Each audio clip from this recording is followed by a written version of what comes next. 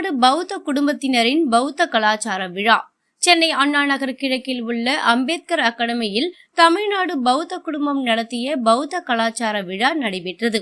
விழாவிற்கு தலைமை வ. செல்வகுமார் தாங்கினார். முன்னிலையை ஜி. தேவதாஸ், கே. சம்பந்தம் ஆகியோர் வகித்தனர்.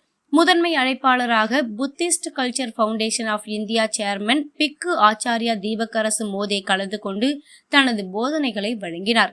சிறப்பு அழைப்பாளர்களாக அனுஷ்யா, நிலாத்தம்மா, அன்புவேந்தன், சித்தார்த்தன், வீரமுத்து உட்பட பௌத்த குடும்பத்தினர் அதிக அளவில் கலந்து கொண்டனர்.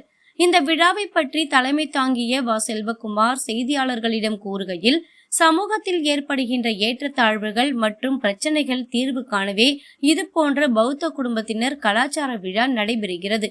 இப்பொழுது சென்னையில் துவங்கியுள்ள இந்த விழாவானது விரைவில் தமிழகம் முழுவதும் நடக்க உள்ளது என்று தெரிவித்தார். ஒரு நிலைமை ஏற்பட்டுருக்கு. மக்கள் வறுமையில் இருக்காங்க, கஷ்டத்தில் இருக்காங்க, பலவித துன்பங்களில் இருக்காங்க. இது எல்லாத்துக்கும் தீர்வு பகவான் புத்தர் என்ன சொல்லிக்கிறாரோ அவங்களுடைய ஆசை தான் காரணம்னாங்க.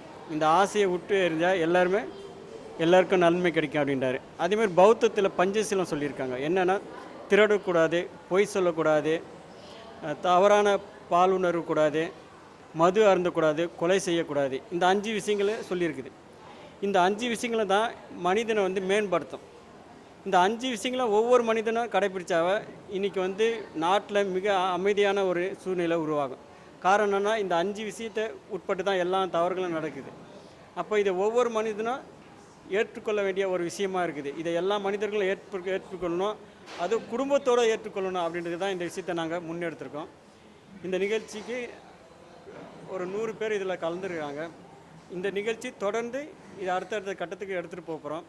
அதனால் இன்றைக்கி தமிழ்நாட்டில் இருக்கிற இந்த நிகழ்ச்சியை தமிழ்நாட்டில் சென்னையில் தொடங்கியிருக்கோம். இது அனைத்து மாவட்டங்களில் இந்த நிகழ்ச்சியை எடுத்துகிட்டு போகிறதுக்காக நாங்கள் சங்கத்தின் மூலிமா முடிவு பண்ணியிருக்கோம். இதுக்கு வருகை தந்த அனைவருக்கும் எங்களுடைய சங்கத்தின் சார்பால் நன்றி தெரிவித்துக் கொள்கிறோம். Republic Day, so that is why today we have organized the Buddhist family group. So we have come here to speak about Buddhism, to remember Baba Sahab who has given us the constitution.